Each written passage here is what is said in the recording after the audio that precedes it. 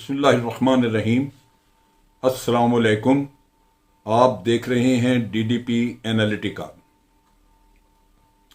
आज सुबह ही फ़लस्तीन में जो जारियत जारी थी, इसराइल और फ़लस्तीन के दरमियान एक जंग जारी थी गाज़ा के ऊपर, उसमें कमी आई और एक सीज़ फायर का एक माहिदा हुआ और ये माहिदा मिस्र ने कराया। लाजमी बात है, मिस्र की अपनी तो कोई ऐसी बसात नहीं है, लेकिन गालिबन अमेरिका ने मिस्र को टास्क दिया और दोनों साइड पे बात की और इस तरह तय पाया। इसमें कोई शराइत नहीं रखी गई और सीधा सीधा एक सीज फायर कर ली गई। इसके साथ साथ हमास ने भी इसको और इस्लामिक जिहाद जो दूसरी पार्टी है वहाँ पे जो लड़ रही थी इसराइल के खिलाफ, दोनों ने इस सीज फायर को तस्लीम किया और फिर गाज़ा की गलियों में एक हजूम, एक खुशी का समा क्यों ना हो। दो वजूहात, एक तो वैसे अमन और दूसरी तरफ ये है कि इसराइल ने ये कबूल किया, ये जो सीज फायर कबूल की बगैर किसी शर्त के। कोई फ़लस्तीनियों के ऊपर कोई शर्त आयद नहीं की गई, लिहाजा इससे भी एक अच्छा तासर मिलता है फ़लस्तीनियों के हक में। और पर तीसरी बात यह है कि ये जो जंग, ये जो वायलेंस, ये जो फ़लस्तीनियों के ऊपर बमबारी और जुल्म शुरू हुआ था, आपको याद होगा कि जुमे का दिन था, जुमतुल विदा। उस दिन मस्जिद अक्सा में जब नमाजी वहां पे नमाज पढ़ रहे थे और पूरे फ़लस्तीन से नमाजी गए हुए थे, वहां पे बड़ा फासला है, ये तकरीबन कुछ 40 किलोमीटर का फासला है जो कि गाज़ा से मस्जिद अक्सा यरूशलेम तक जाने के लिए होता है। और वहां पे ये पुलिस ने वहां पे जबरदस्ती की, उनको निकालने की कोशिश की। जब लोगों ने रेजिस्ट किया, मजामत हुई, तो उसके बाद उनके ऊपर आपने देखा कि फायरिंग की, कई लोग जख्मी हुए, आंसू गैस के गोले छोड़े गए। इस पे जब पुलिस मस्जिद अक्सा में बैठ गई तो हमास ने उनको शाम 6 बजे तक का टाइम दिया। उन्होंने कहा कि 6 बजे तक अगर पुलिस मस्जिद अक्सा को खाली कर दे तो बहुत अच्छी बात है, नहीं तो 6 बजे के बाद फिर हम आज़ाद होंगे, जो भी हम एक्शन करना चाहें करेंगे। लिहाजा 6 बजे के बाद उन्होंने फिर वो कुछ रॉकेट मारे, जिसके बाद फिर इजराइल को एक मौका बहाना मिल गया और लगातार फिर गाज़ा के ऊपर बमबारी, उनकी बड़ी बिल्डिंगें गिराई गईं, 250 से ज़्यादा लोग मारे गए, उनमें 50 या 60 के करीब बच्चे भी हैं, खवातीन हैं। बहुत बड़ा एक कत्लेआम, बहुत बड़ा एक जुल्म हुआ और वो सारी दुनिया ने देखा।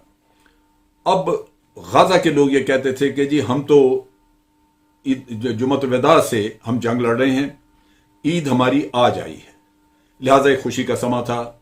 जो मैंने वाज़े किया कि 2-3 वजूहात, कि एक तो अमन आ गया, दूसरी बात ये कि ईद नहीं मनाई हुई थी, ईद अब आ गई उस एक लिहाज से, और फिर सबसे बड़ी बात कि फ़लस्तीनी गाज़ा के लोग उसको अपनी फतह समझते हैं।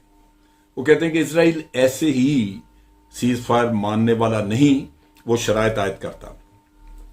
दुनिया का प्रेशर, अमेरिका का हो, यूनाइटेड नेशन वगैरह, वो करारदादें कई हैं, इसराइल ने कभी उनको तस्लीम नहीं किया, ना ही उनके ऊपर अमल किया है और ना ही किसी ने उसको उसकी सजा दी है।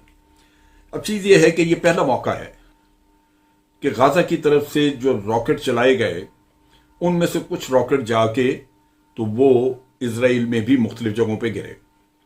इसराइल को बड़ा जोम था, इस बात का बड़ा एतमाद था कि उसके पास आयरन डोम, एक बहुत ही मौसर किस्म का फ़िज़ाई दिफाई निज़ाम मौजूद है और कोई भी रॉकेट, कोई भी मिसाइल उसकी सरजमीन पे गिर नहीं सकता, क्योंकि वो फ़िज़ा में ही तबाह कर दिया जाएगा। लेकिन आप यूँ कह लीजिए कि 4%, 5% भी, अगर 5% भी मिसाइल या रॉकेट हमास के निकल के इसराइल में जाके गिरे हैं तो जानी नुकसान बेशक 12-13 लोगों का हुआ है, लेकिन बिल्डिंगें, एक रिफाइनरी, काफी सारा अगर माशी नुकसान देखा जाए तो काफी ज्यादा हुआ है।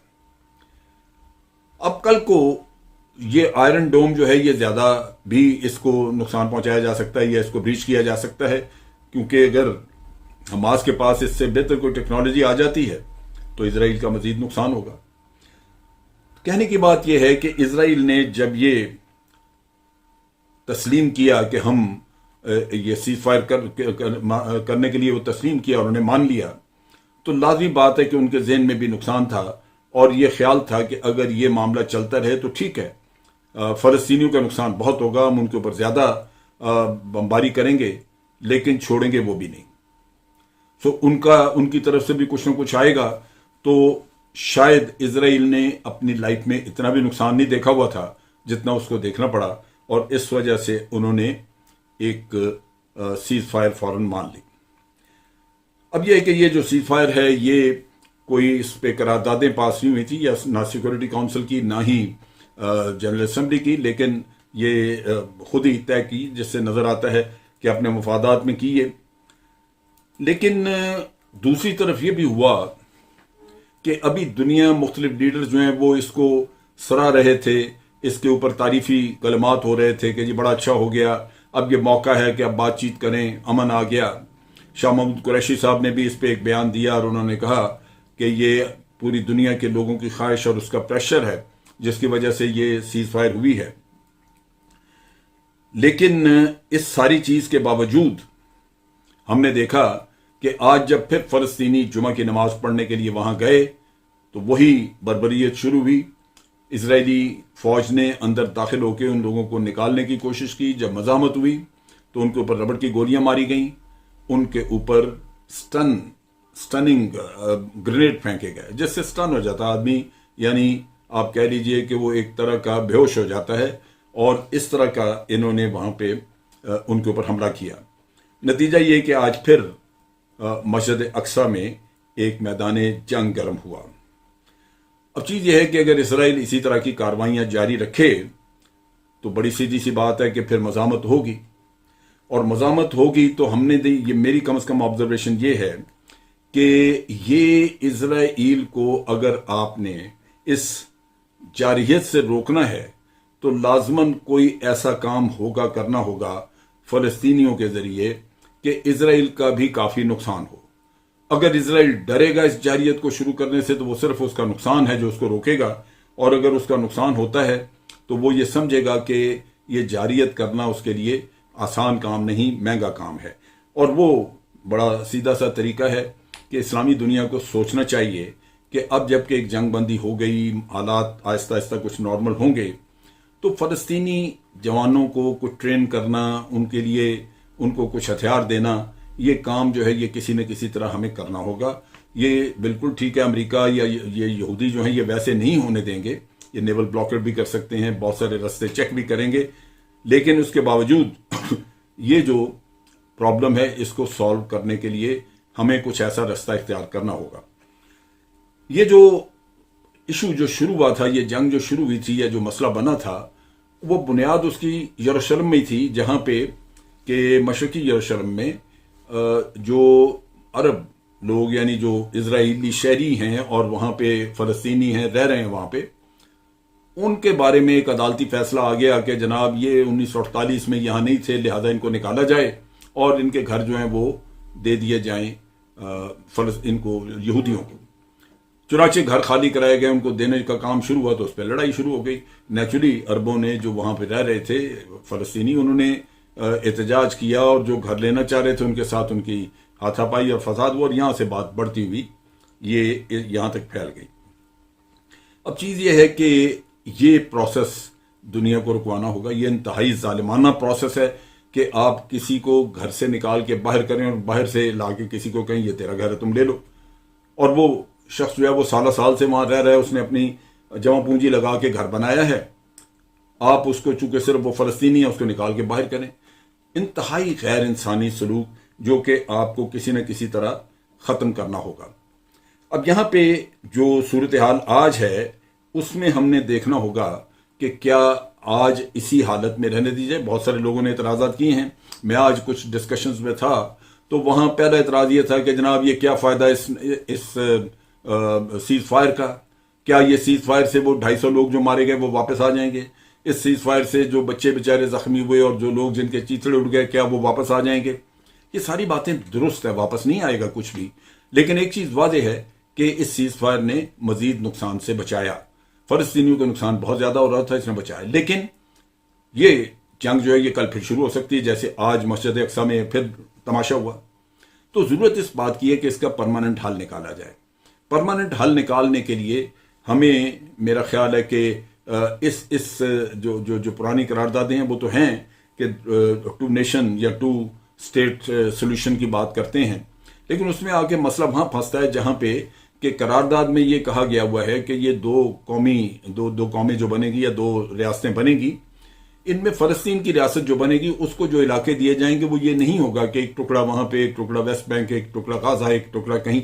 ये एक ही ज़मीन कंटिगुअस होगी, यानी एक प्रॉपर टुकड़ा होगा ज़मीन का जिसमें कि ये लोग अपनी रियासत कायम कर सकें।